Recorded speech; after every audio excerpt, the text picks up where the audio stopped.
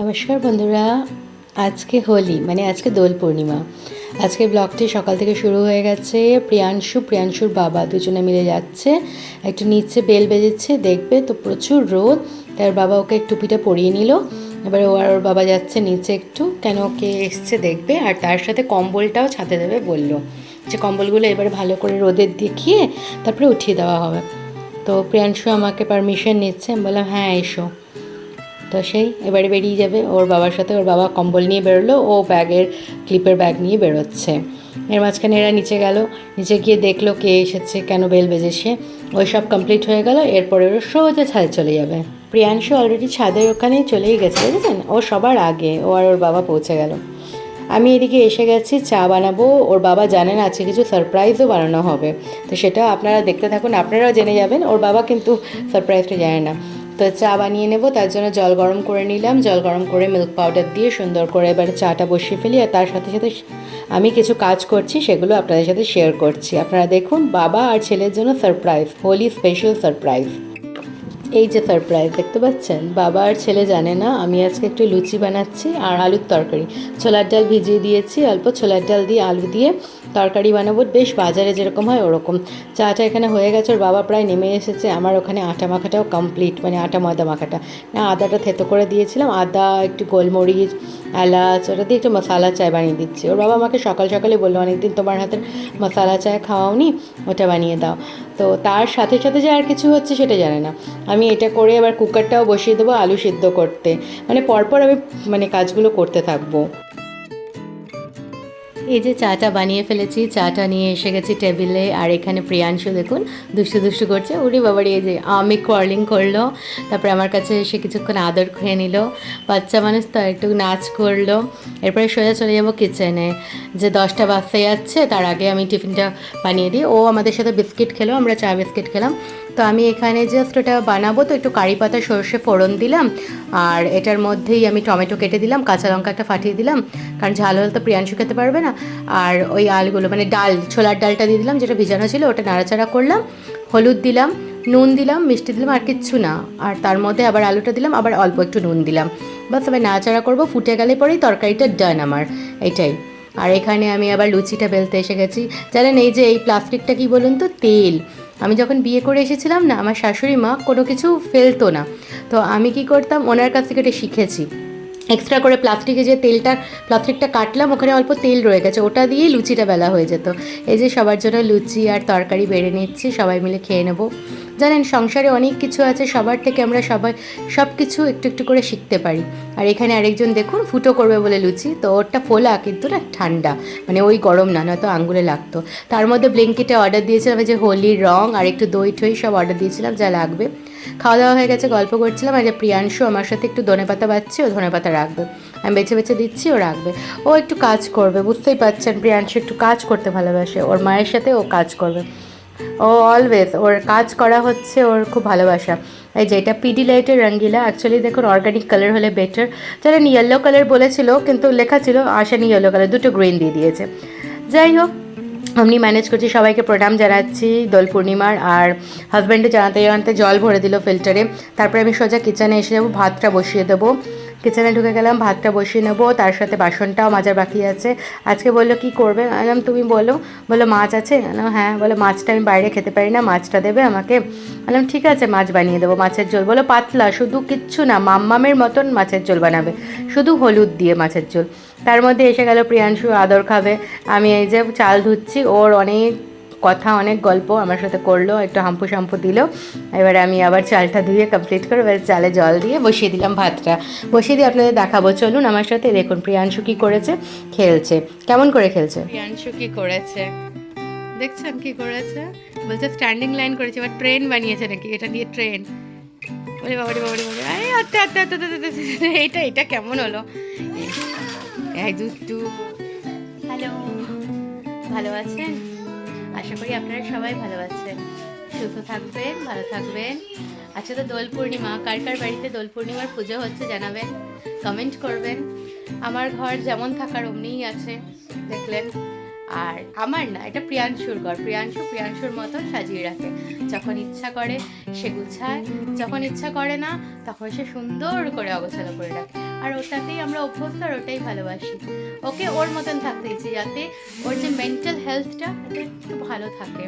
তাও জানেন আজকে সকালে উঠেও বলেছে দিদুনের কথা। আর আজকে শুনলাম মাকে ফোন মানে বাবাকে ফোন করেছি, মাও নাকি ওকে দেখতে চাইছে। আজকে বলছে একটা মানে কালকে একটা খবর পেলাম, বাবা বলল যে আমার যে ছেলে আছে মা ভুলে গেছে, বলছে মাম্পিরা কেমন আছে। বাবা বললো মাম্পি ভালো আছে। তখন বলছে বাবা তখন জিজ্ঞেস করলো সোনার কথা জিজ্ঞেস করলো না, বলে সোনা, ও সোনা মানে আমার হাজব্যান্ডকে ভাবছে, মানে আমার হাজব্যান্ডের ঘরের নামও মানে তার মা সোনা বলে ডাকে, আমার শাশুড়ি মা। তখন বলছে সোনা, সোনা আর মাম্পির এই তো সংসার তো ভালোই আছে, তুমি তো বললে মাম্পিটা ভালো আছে।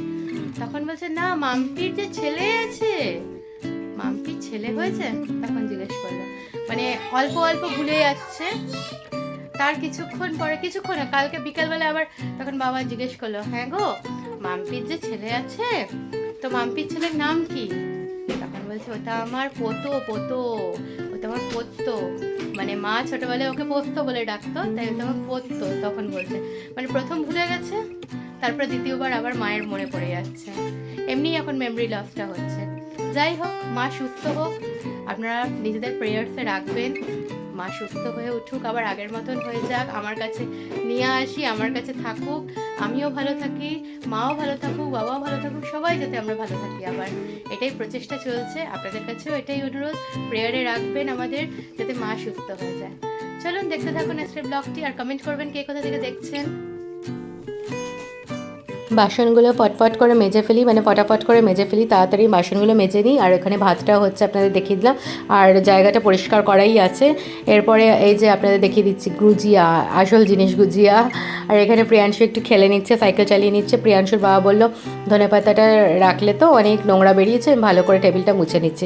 বললাম খুব ভালো করে দাও। ও ওইদিকে করছে, আমি বললাম আমি বাসন মেজে মাছের ঝোলটা বসিয়ে দিচ্ছি। বললো ঠিক আছে বসিয়ে দাও। আজকে তো দোল পূর্ণিমা, এখন তো আমাদের আবির লাগানোর নয়, ঠিক রাত্রে মানে সন্ধেবেলায়। এখানে মাছ নিয়ে নিলাম, 3 টুকরো মাছই ছিল, ওর মধ্যে নুন দিয়ে দিলাম, ভালো করে নুন মাখিয়ে নিলাম। মা হলুদ দিত না, পুরো মায়ের প্রসিজারেই বানাবো।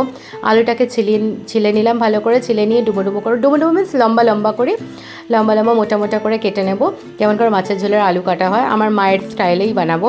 কড়াইয়ে গোটা জিরা নুন দিয়ে দিলাম আগে, মাছটাকে ভাজ করবো।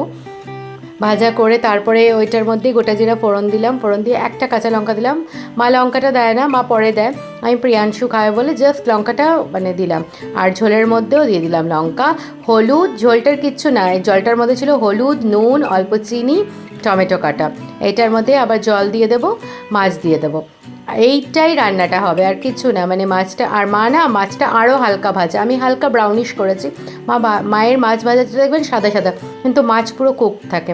এবারে ঝোলটা দেখুন টকবক টকবক করে ফুটে গেছে, দারুণ হয়েছে, অসাধারণ হয়েছিল ঝোলটা। আমি এখন আপনাকে ভয়েস ওভার দিচ্ছি আর বলছি। প্রিয়াংশুর ভাত মাছের ঝোল নিয়ে এসে গেছি, প্রিয়াংশু নিউ ড্রেস পরে নিয়েছে হোলির জন্য, এটাই নতুন জামা, ওই দিন যে দেখিয়েছিলাম মলে গেছিলাম ওর জন্য এই জামাটা নিয়েছিলাম। এই যে প্রিয়াংশু খেতে বসে গেছে, ভাত মেখে নিয়েছি, এবারে খাচ্ছে, খেয়েই আনসার দেবে। ওর খুব দারুণ লেগেছে। শুভ সন্ধ্যা, এই যে সন্ধ্যাবেলায় এসে গেলাম, ঠাকুরের আসন দিয়ে দিচ্ছি, ঠাকুর পয়সা টয়সা করে সব জায়গা করে ঠিকঠাক করে হাজব্যান্ড আমাকে হোলির রঙগুলো সাজিয়ে এনে দিয়ে দিল, মানে আবিরগুলো সাজিয়ে দিয়ে দিল। বললাম ঠিক আছে আমি পুজো দিয়ে দিই। পুজো নিয়ে প্রিয়াংশুকেও ডাকতে হবে, ডেকে নিয়ে এবারে আবির দেবো, ঠাকুরের পায়ে আবির দেবো, কারণ ওকেও তো শিখতে হবে। ও শিখেছে, আর আমরা যেটা করি সেটা শেখে। বলে না বাচ্চাকে যত বলবেন বাচ্চা কিন্তু আপনার কথা শুনবে না, বাচ্চা দেখে শিখবে। তো ওইটাই, প্রিয়াংশু এসে গেছে, প্রিয়াংশু ঘন্টি হয়ে যাচ্ছে, আমি ধূপকাঠিগুলো দেখিয়ে দিলাম। এরপর আমি বললাম ঠিক আছে এবারে আবির দেবো, আলাম যেমন যেমন দিচ্ছি দেখো। তখন মনে পড়লো ও প্রদীপটা আছে ওর হাতে লাগবে, প্রদীপটা ওপরে রেখে দিলাম। ওর বাবা বললো সাবধানে রাখো, বাচ্চা মানুষ লেগে যেতে পারে। সব জায়গায় আমি আবির দিয়ে দিলাম, ও দেখে নিল, অমনি করে দিয়ে দিচ্ছে, ও আবির ঠাকুরের পায়ে ছুঁয়ে নম করে নিল। ওর বাবা এসে গেলে ওর বাবাও সুন্দর করে দিয়ে দিচ্ছে আবির। এরপরে আমি ঠাকুরকে শঙ্খ বাজিয়ে দেবো, তারপরে তুলসী মন্দিরে যাবো।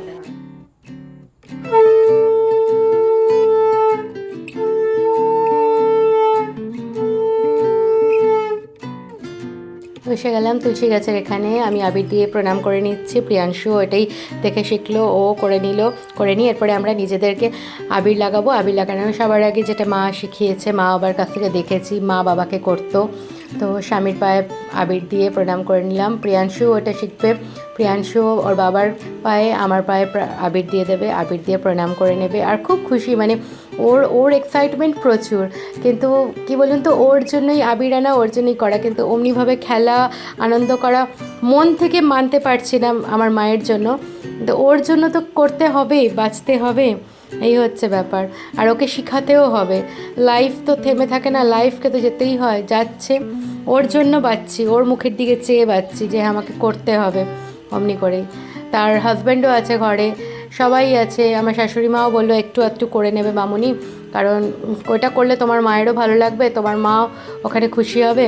বললাম ঠিক আছে করব, সবার কথা শুনেই আমিও অমনিভাবেই করছি। কিন্তু কী বলুন তো, যখনই ফাঁকা একা থাকি তখনই মায়ের কথা মনে হয়, তখনই কাঁদতে থাকছি।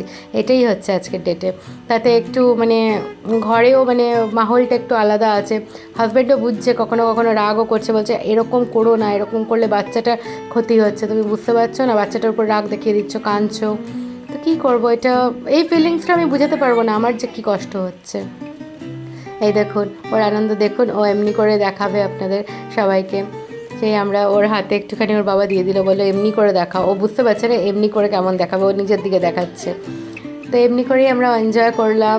একটা ভালো ফটো উঠবে বলে ওর বাবা পুরো রেডি আছে।